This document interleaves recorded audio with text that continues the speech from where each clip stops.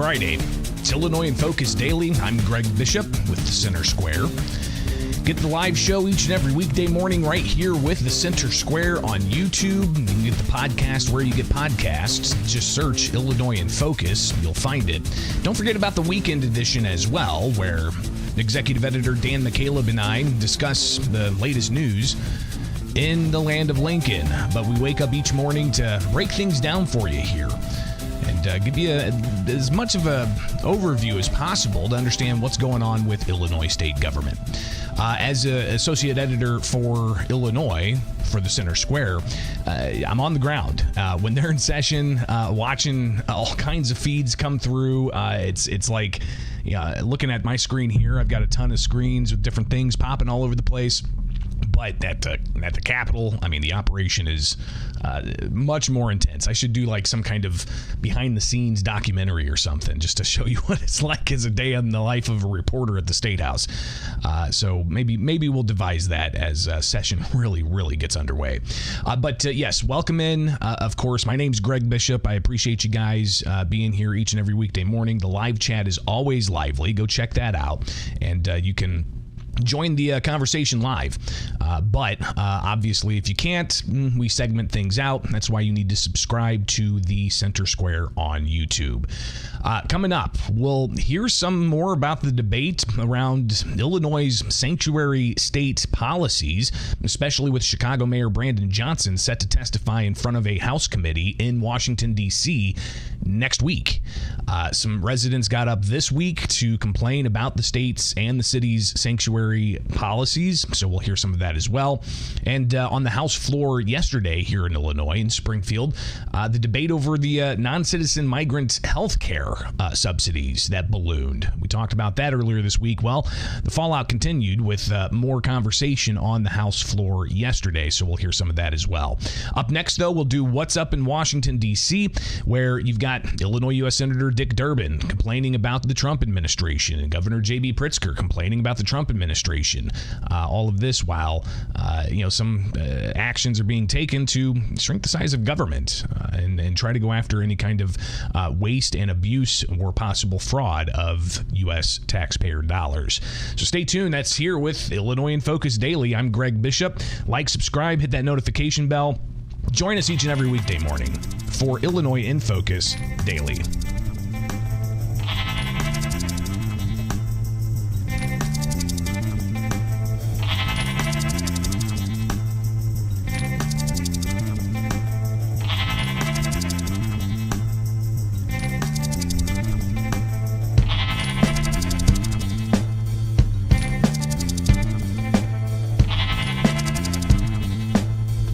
The prices at the grocery store are going up because democracy.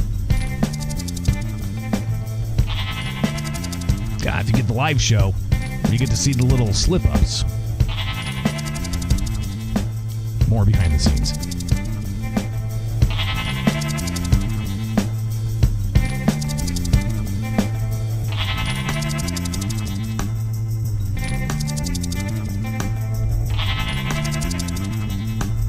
The prices at the grocery store are going up because democracy is being taken away. The impact on you in terms of your health care, 770,000 people in Illinois will lose health care as a result of what Donald Trump and Elon Musk and the Republican Congress are doing right now. So that's Governor J.B. Pritzker yesterday on MSNBC talking about what he sees as the threat to democracy of a duly elected president who didn't just win the Electoral College, but also won the popular vote, moving forward with his agenda to shrink the size of government, something he ran on, talking about Doge during the campaign. Welcome in. It's Illinois in Focus Daily. We always like to give you a general overview of what's going on in Illinois, but it's hard to just focus on Illinois when what happens in Washington, D.C. very much impacts the state of Illinois, especially with the Republican Congress in control and a Trump administration that's gone loggerheads with the Pritzker administration here in Illinois, and it doesn't look like it's going to calm down much anytime soon. So what is going on in Washington, D.C.? Obviously, a lot happening with the president meeting with the UK Prime Minister yesterday. President Trump's going to meet with Ukrainian President Vladimir Zelensky today. There's a heated debate about how we can get some kind of deal to get raw earth minerals from Ukraine, to get the rights for those minerals in exchange for the billions of dollars that the U.S. has already given Ukraine in the war against Russia. So we may hear a lot more about that today as well. But there's also other things going on in Congress. Of course, the Republicans control the Senate and they control the House. And during a Senate committee where they were discussing, the appointments of a variety of different cabinet positions and deputy positions and the like, you had Senator Dick Durbin during the Senate Judiciary Committee complain about the Trump administration in ways that you're hearing a lot from Democrats, that Trump is skirting the U.S. Constitution. I'm sorry that more members are not here. I think there's something we need to discuss openly and publicly and seriously. Yesterday's meeting with several nominees led to some questionings, which I think have to be reflected on, and none of us should have just a gut reaction. During my time on a committee, my respect has grown for this committee, the Senate, Congress, and the Constitution, of course. From advice and consent to power of the purse, the Founding Fathers granted the legislative branch exclusive powers in the Constitution, exclusive, in part to ensure the executive branch did not become too powerful. For nearly 250 years, this system is held. But let's be honest. President Trump is testing the limits of our Constitution like they've never been tested in my lifetime. President Trump and Elon Musk are pursuing a power grab that, if left unchecked, will leave the federal courts impotent and Congress a museum piece. That's a fact. If President Trump is successful, any future president will be able to sack these bipartisan agencies with appointees from their own political party. The rules of the road will swing wildly back and forth every time there is a change in administration.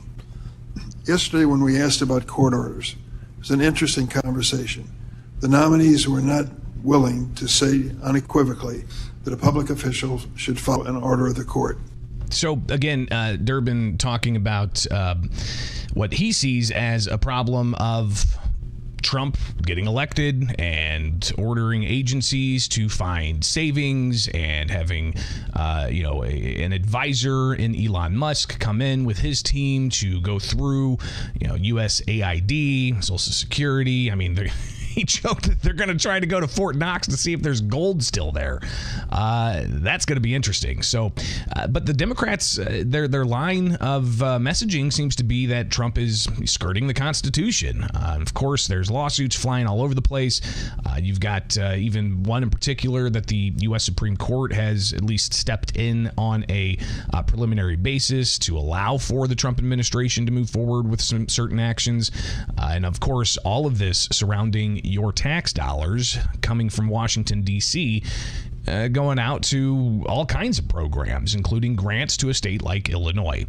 Governor J.B. Pritzker, I think this might be a regular occurrence, and people are reading into it that that's because he's looking to run for president in 2028. He's making regular appearances on cable news shows. He was on MSNBC yesterday. Here's a couple of clips of him complaining about President Trump. And you say to people, democracy is at risk. Nobody knows what that looks like. They've never experienced it before. Yeah. And the reality is what people need to hear about is what the effects of that are. The prices at the grocery store are going up because democracy is being taken away.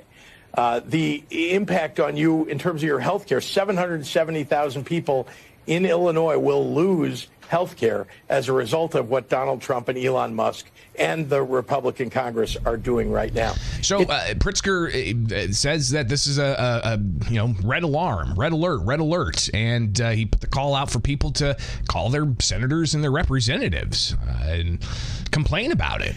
All of us, especially in leadership, need to stand up and speak out and, put the red blinking lights, red alert like on Star Trek.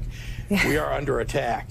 We, all of us across the United States, everybody is under attack because they want to take services away. You know why? To provide a massive tax cut for the wealthiest and most powerful people in this country. And again, policies that President Trump put out there when he was running for office that he got elected on.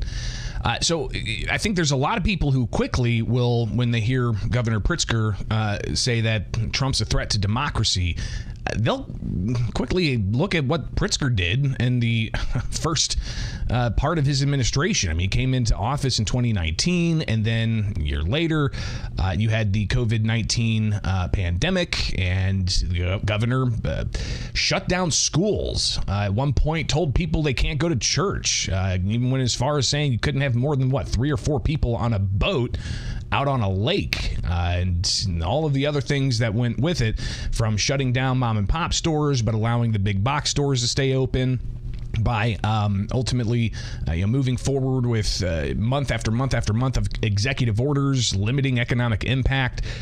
Some people would point to that and say that that was very authoritarian. I mean, suspending all kinds of rights and such. So, we heard a little bit of that criticism earlier this week in the review of the fallout from Governor Pritzker talking about Nazis during his State of the State speech. But clearly a lot of complaining and politicking and grandstanding, from both sides, quite frankly, right? I mean, the Republicans are in control right now, and they're essentially saying that Democrats have no message, that they're collapsing. Even some Democrat leaders are saying they're having a hard time getting across things. Governor Pritzker saying that, this whole idea of a threat to democracy isn't a political winning point. Obviously, it didn't work during the election in November, but he says it's important that people stand up and speak out. So we're going to hear a lot more of all of this, clearly, when hearing of the policies coming out of the Trump administration and how states like Illinois are ultimately reacting. Before we get to the next segment with what's up in Washington, D.C., something I definitely wanted to touch on was the release of the Jeffrey Epstein files, at least phase 1 of the release of the Jeffrey Epstein files. I haven't seen them myself, but all analysis I'm looking at says that while it's widely anticipated and we're getting some documents here, it was ultimately underwhelming with little new or groundbreaking information. It had redacted flight logs that were in there. It had redacted contact lists that were in there. A previously unreleased 3-page evidence list was released, and it talked about items that were taken during a search with Epstein's properties in New York and in Florida, and it talks about an LSJ logbook, likely referring to Little St. James. That's the private island. You've got one CD that's labeled Girl Pics Nude Book 4. So I mean that was previously unreleased, but clearly it's not groundbreaking. A lot of people speculated that there was human trafficking involved in all of this, but also a masseuse list was revealed, even though it was fully redacted, and even some official correspondence. So a lot of it, though, was previously published in other releases. Will we get more in the Epstein files? It's expected today, 8 o'clock, I think. So it's probably already had a whole bunch more that were released. The U.S. Attorney General Pam Bondi gave the FBI a deadline to release all the files. So maybe into the weekend, you'll hear a lot more about the Jeffrey Epstein files. So that's just a smattering of what's up in Washington, D.C. Hopefully it's informative, keeping you posted on what's going on in the nation's capital. This is Illinois in Focus. I'm Greg Bishop. Like, subscribe, hit that notification bell, and wake up with us for the live show each and every weekday morning. But also get the podcast where you get podcasts. And Get the headlines in your inbox at thecentersquare.com.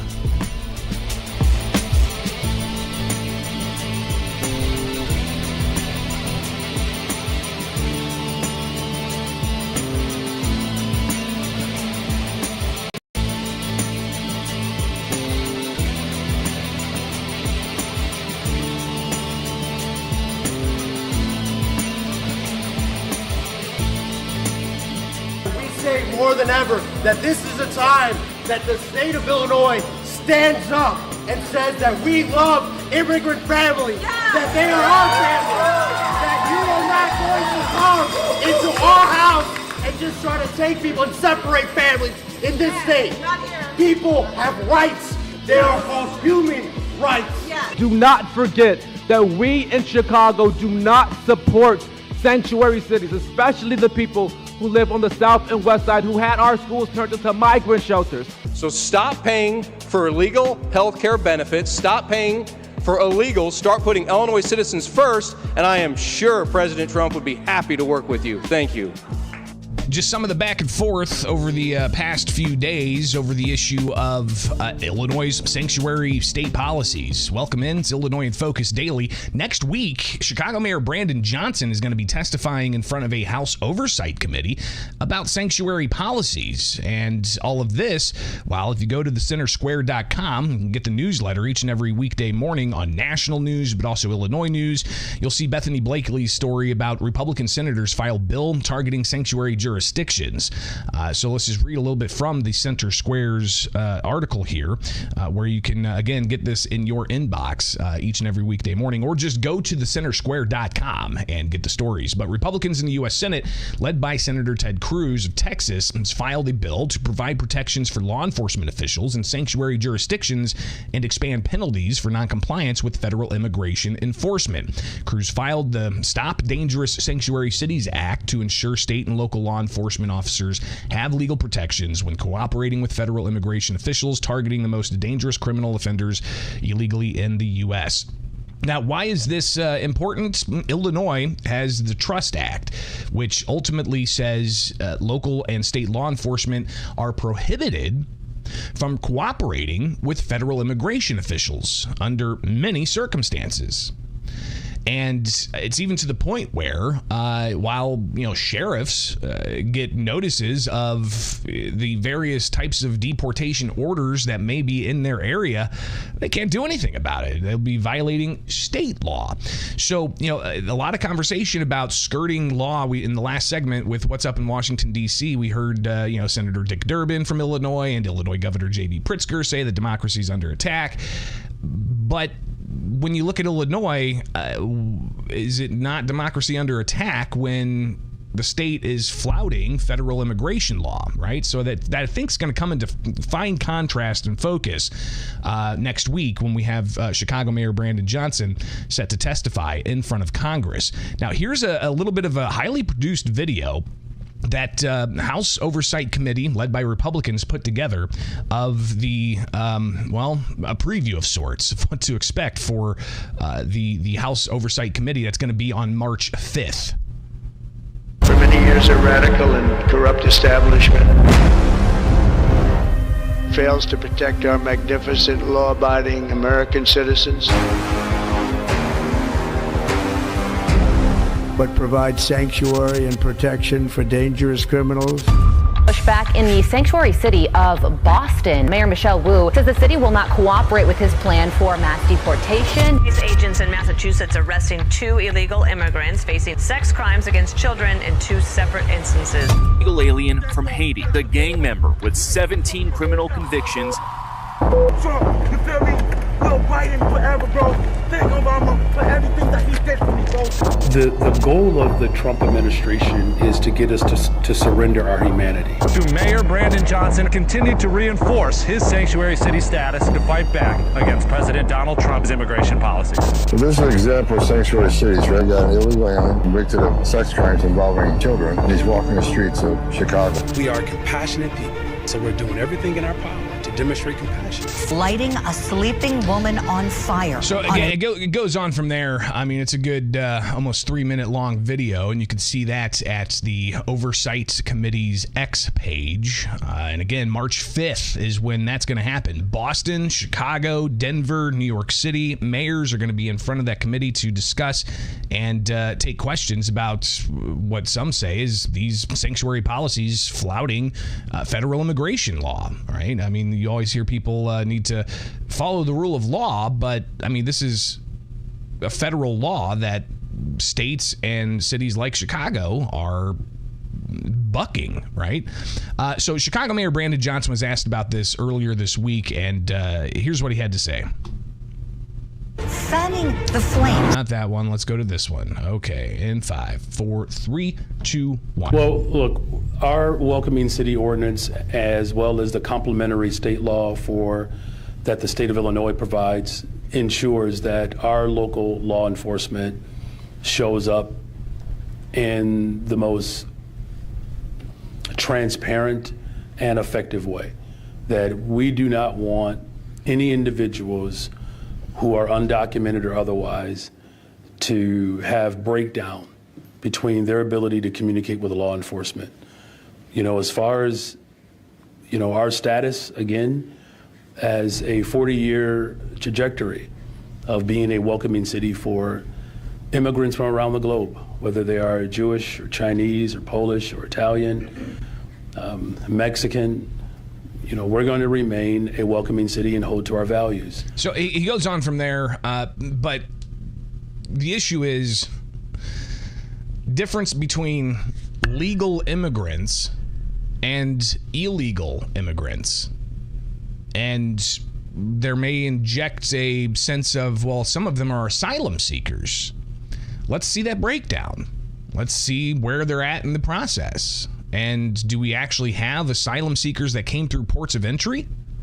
Or do we have people who crossed the border illegally claiming asylum? All right, I think those numbers we really do need to have officials tell us about. I mean, we've had 50,000 plus non-citizen migrants come to the state of Illinois, if not more, that we don't know about, because of course they're undocumented, right? But the state of Illinois' policies being a sanctuary policy where local law enforcement, state police can't cooperate with federal immigration authorities, it really hinders the ability to have accountability in all of this, especially when you have a Republican administration under the Trump administration with something he was elected to do deportations of people in the country illegally, and he's focusing early now on violent criminals. You've got this issue. So Chicago City Council met. They had citizens stand up. Here's one of them that was pretty pointed with the upcoming testimony that Johnson's going to give to Congress about sanctuary city policies. Good morning. Good morning. I don't have a lot to say, but DOGE, they recently reported an estimate of $65 billion in savings. And I know you go to Capitol Hill next month. If they would propose to you, we'll give you $20 billion to rescind the sanctuary city status, would you rescind it? Because $20 billion can be used a lot. It could be used even in a municipal bankruptcy, like Mike Duggan did in Detroit in his first term. So it's not about how long you've been, it's about the usage of it. It's an interesting proposal there to say I'll drop the sanctuary city policies if you give us $20 billion. I don't know if that's a workable negotiation, but you know, Trump prides himself on being a chief negotiator. Who knows? But another citizen got up and said that, listen, the sanctuary city stuff in Chicago is not popular. Mayor Brandon Johnson, I am so happy that you are testifying before Congress, because the people of Chicago, especially on the south and west side, do not support sanctuary cities. I know the election is over and people are trying to distract you with lunatics protesting against deportations and Democrats doing what Democrats do. But do not forget that we in Chicago do not support sanctuary cities, especially the people who live on the south and west side who had our schools turned into migrant shelters. And for all the people who are mad about Trump getting rid of DEI and critical race theory, those things were racist. You cannot fight past discrimination with future discrimination. If Martin Luther King saw what the Democratic Party has become, he would roll over in his grave. So that's just one resident of Chicago sharing their thoughts there. I got this message last night that a news conference is planned in Chicago at City Hall from the group Chicago Red. I'll just read to you what this has to say here. It says that on today, 11 o'clock, a press conference is going to be held in Chicago City Hall on LaSalle Street in Chicago to address critical issues impacting the citizens of Chicago. The press conference will directly respond to Governor J.B. Pritzker's recent comments comparing Trump supporters to Nazis. These remarks have caused significant outrage, particularly among black supporters who find such statements offensive and divisive. We will emphasize, again, this is from the press release, we will emphasize the importance of respect for diverse political beliefs and demand accountability from elected officials in fostering unity rather than division, especially during Black History Month. Additionally, we will address the billions of tax dollars allocated to migrant health care, which has now resulted in Medicaid cuts for U.S. citizens. This reallocation of funds has placed a burden on vulnerable communities, and we will call for transparency and responsible fiscal policies that prioritize the needs of Chicago's longtime residents. Another bit here from this news release, again from Chicago Red, planning a news conference at Chicago City Hall. Another major concern is the recent $830 million bond deal approved by the City Council. The funding earmarked for migrant expenses also includes nonprofit grants purportedly aimed at supporting the black community. However, this bond deal will ultimately cost the next generation $2 billion, creating long-term financial strain on taxpayers while raising concerns about the equitable distribution of city resources. Lastly, we will discuss Mayor Brandon Johnson's upcoming visit to Congress. The citizens of Chicago overwhelmingly oppose sanctuary city policies, and we will make it clear that the voices of residents must be heard. Our city's priorities should reflect the needs of the people who lived and worked here and contributed to the community for generations. So, again, that's a news release from Chicago Red that is announcing a news conference today. So we may hear more about that here in the hours ahead. But clearly, the debate rages on while you've got people saying that sanctuary city policies aren't popular, and you got Chicago's mayor going to Washington, D.C. At the State House this week, you had the Illinois Coalition for Immigrants and Refugee Rights hold a rally where they brought in Democrat legislators who are very much on board with having non-citizen migrant health care coverage subsidized by Illinois taxpayers. That ballooned out of control from an audit that we saw that was released this week. Here's State Senator Omar Aquino speaking to about 150 people in the Illinois State Capitol hallway about what he says is their responsibility to stand up and fight. I am the proud sponsor of making sure that undocumented seniors were able to get health care in this city. I was proud to sponsor the expansion to make sure that people from 42 to 64 can have health care in this state. I am the proud sponsor of the earned income tax credit and the child tax credit to make sure that no matter what your family is, undocumented or not, we live in mixed documented statuses, that you get taxes back into your pocket.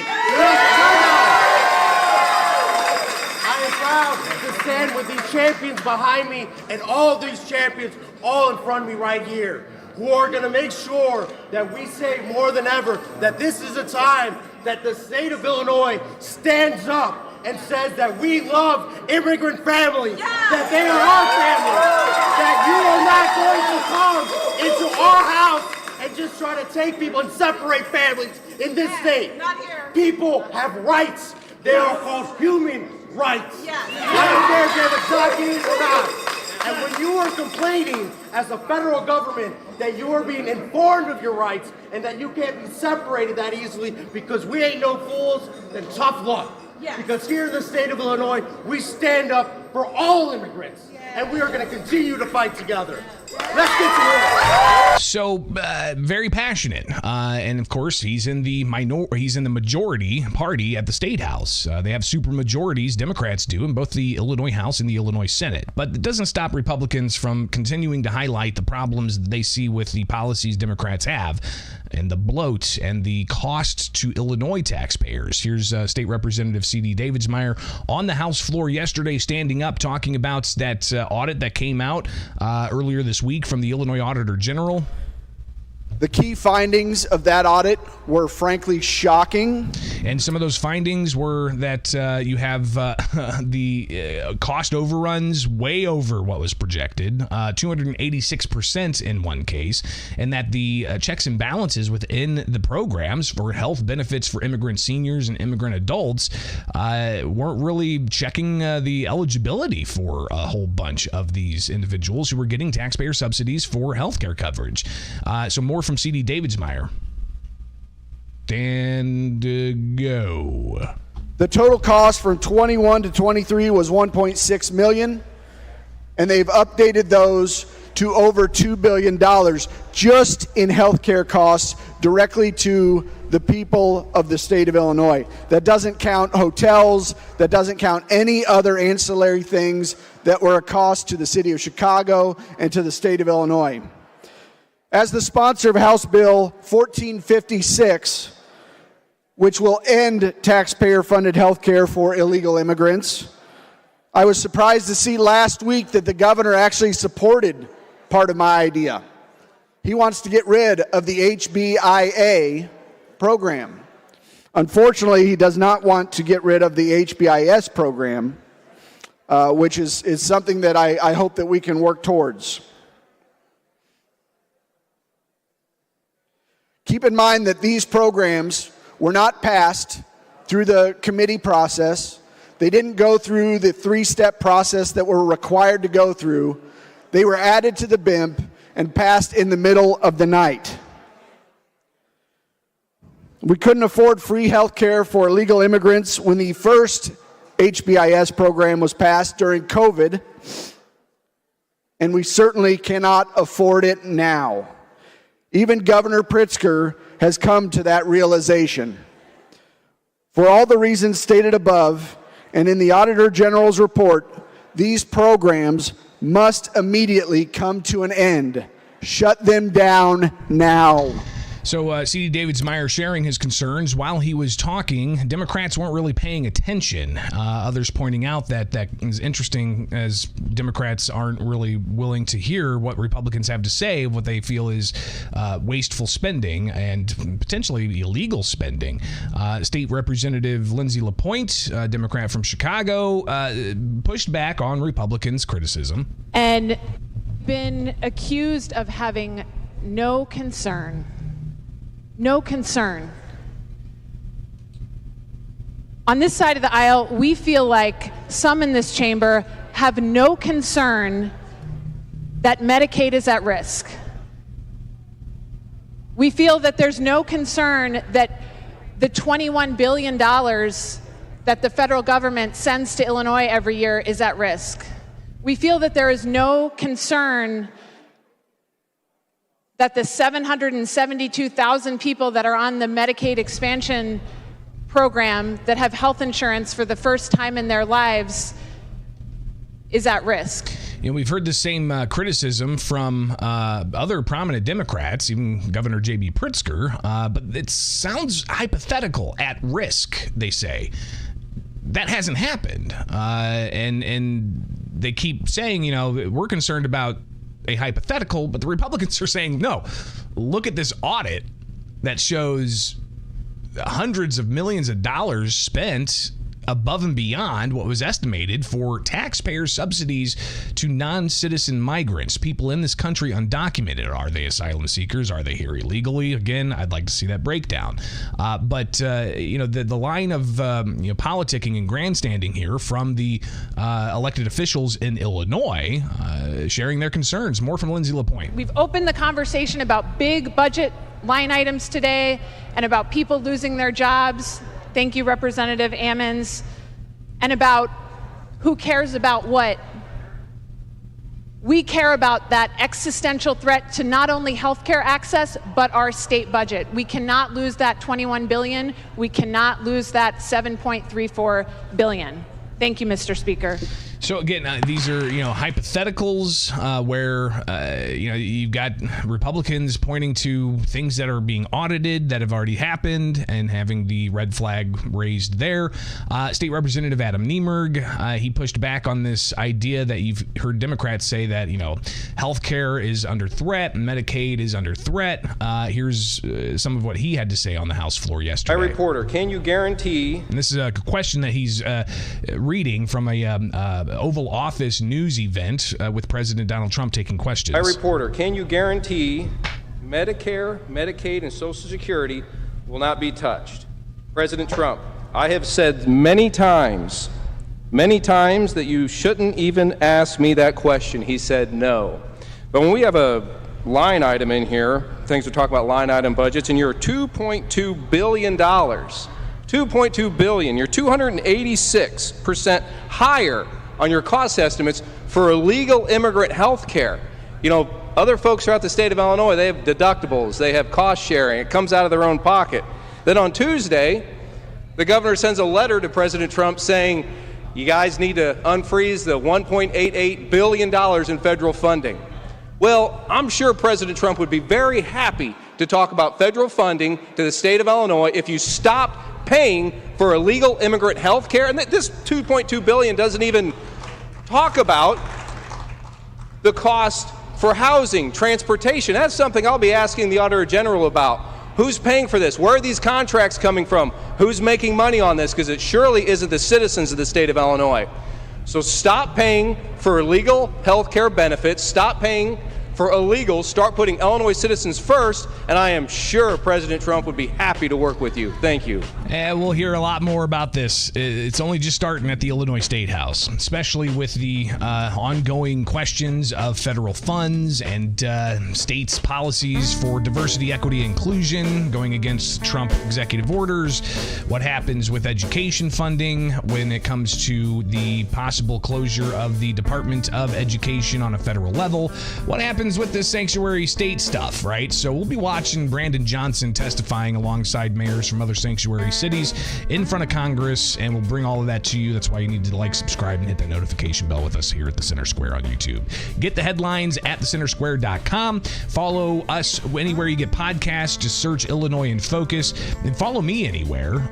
Just find me on X, Facebook, Instagram. Search Bishop on Air. I'm executive editor with the Center Square for Illinois. This is Illinois in Focus Daily. Appreciate you guys tuning in.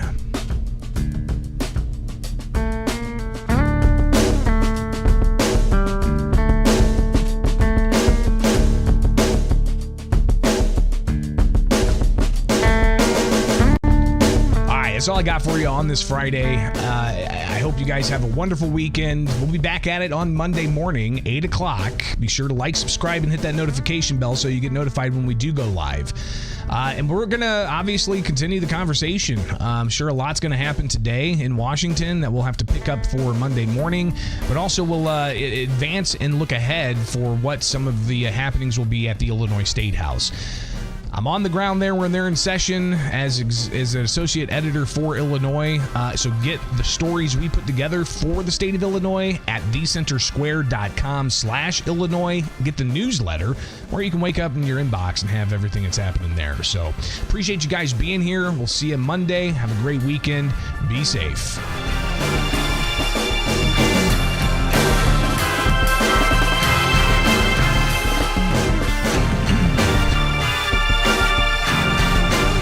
And Patriot from Warsaw just reminded me that Monday we may find out about the Snopes case, the case challenging Maryland's semi-automatic rifle ban that's possibly in front of the U.S. Supreme Court. So we may get to that as well. All right. Appreciate that reminder. Have a great weekend.